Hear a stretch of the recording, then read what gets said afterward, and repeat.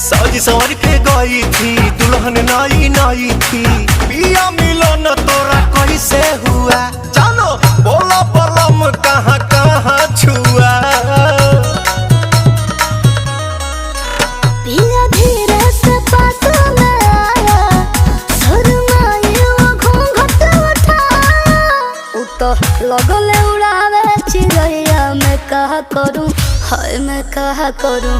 भले लगे